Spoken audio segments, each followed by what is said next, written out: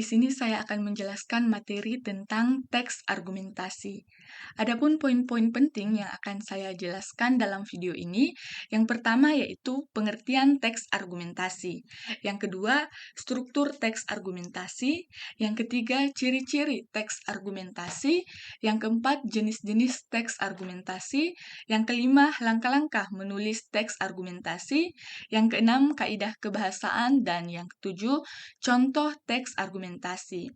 Kita melangkah ke materi tentang pengertian teks argumentasi. Jadi, teks argumentasi adalah teks yang berisi tentang suatu pendapat atau gagasan dengan menyajikan alasan dan bukti yang logis, serta fakta yang valid yang bertujuan untuk meyakinkan pembaca tentang suatu pendapat atau gagasan.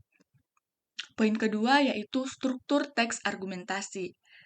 Struktur teks argumentasi terdiri dari 3. Yang pertama yaitu pendahuluan. Nah, pada pendahuluan di sini berisi pernyataan pendapat atau tesis yang akan didukung. Poin kedua, badan argumen. Nah, pada badan argumen ini menyajikan alasan, bukti, dan fakta yang mendukung pendapat atau gagasan. Dan yang terakhir, kesimpulan. Nah, pada bagian kesimpulan ini terdapat penegasan ulang pendapat atau simpulan dari argumen yang telah disajikan. Poin yang ketiga yaitu ciri-ciri teks argumentasi. Jadi, teks argumentasi ini memiliki ciri-ciri. Yang pertama itu mengandung opini dan fakta pembuktian. Yang kedua, penjelasan logis dan sistematis. Yang ketiga, bertujuan untuk meyakinkan pembaca. Yang keempat, menggunakan kalimat efektif dan bahasa baku. Dan yang terakhir, menyajikan argumen yang bersifat rasional dan kritis. Poin selanjutnya yaitu jenis-jenis teks argumentasi. Di sini ada 5 jenis-jenis teks argumentasi. Yang pertama itu argumentasi logis. Nah, pada argumentasi logis ini mengandalkan penalaran rasional dan bukti yang dapat diverifikasi seperti fakta, data, statistik untuk membuktikan suatu kebenaran secara objektif. Terus yang kedua, argumentasi emosional. Nah, argumentasi emosional ini berfokus pada perasaan dan emosi audiens untuk mempengaruhi pendapat mereka.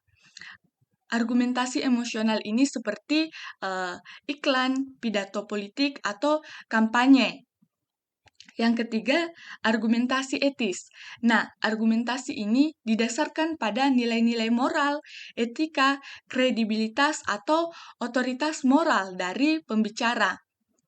Yang keempat, argumentasi kontras. Nah, pada argumentasi kontras ini membandingkan dua hal atau konsep yang berbeda secara bertentangan untuk menonjolkan keunggulan atau kelemahan dari salah satunya. Dan yang terakhir, argumentasi persuasif.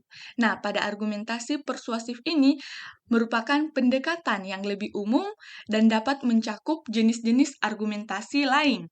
Nah, adapun tujuan argumentasi persuasif ini untuk membujuk atau mengajak pembaca agar menyetujui pandangan penulis. Kita masuk ke materi tentang langkah-langkah menulis teks argumentasi. Yang pertama itu, kita menentukan topik atau masalah yang akan dibahas. Yang kedua, menentukan tujuan penulisan. Yang ketiga, mengumpulkan data, fakta, atau contoh. Dan yang terakhir, menyusun kerangka teks. Selanjutnya yaitu kaidah kebahasaan. Nah, pada kaidah kebahasaan teks argumentasi di sini kita menggunakan kata penghubung argumen seperti karena, oleh sebab itu, sebab, oleh karena itu. Nah, kalimat fakta dan opini di sini harus jelas dibedakan. Yang terakhir, bahasa baku, efektif dan logis harus kita gunakan. Kita masuk ke materi tentang contoh teks argumentasi. Kita tahu bahwa struktur teks argumentasi ini terdiri dari 3. Yang pertama itu pendahuluan, badan argumen, dan kesimpulan. Nah, pada pendahuluan ini, contohnya Indonesia memiliki kekayaan produk pangan lokal yang berlimpah seperti beras, jagung, sagu, dan umbi-umbian. Namun, produk-produk ini seringkali kalah saing dengan produk impor karena kurangnya dukungan dari pemerintah dan masyarakat. Nah, pada pendahuluan ini berisi pernyataan pendapat. Kita masuk ke badan argumen.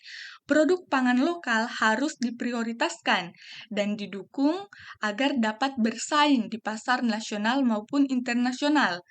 Nah, dengan meningkatkan kualitas produk lokal dan memberikan subsidi atau insentif kepada petani, kita dapat meningkatkan daya saing produk pangan lokal di pasar global. Selain itu, promosi yang tepat juga dapat membantu meningkatkan minat konsumen terhadap produk lokal. Nah, pada bagian badan argumen di sini menyajikan alasan, bukti, dan fakta yang mendukung pendapat. Pada bagian ketiga yaitu kesimpulan. Dengan mendukung produk pangan lokal, kita tidak hanya melindungi petani dan produsen dalam negeri, tetapi juga memperkuat posisi Indonesia dalam perdagangan internasional. Nah, pada bagian kesimpulan ini berisi tentang penegasan ulang pendapat atau simpulan dari argumen yang telah disajikan. Kita masuk ke kesimpulan. Jadi, teks argumentasi di sini menekankan penyampaian pendapat secara logis dan sistematis melalui penggunaan data dan fakta, sehingga di sini ia menghasilkan tulisan yang berbobot dan meyakinkan sesuai dengan kebutuhan komunikasi yang kritis dan rasional di era modern.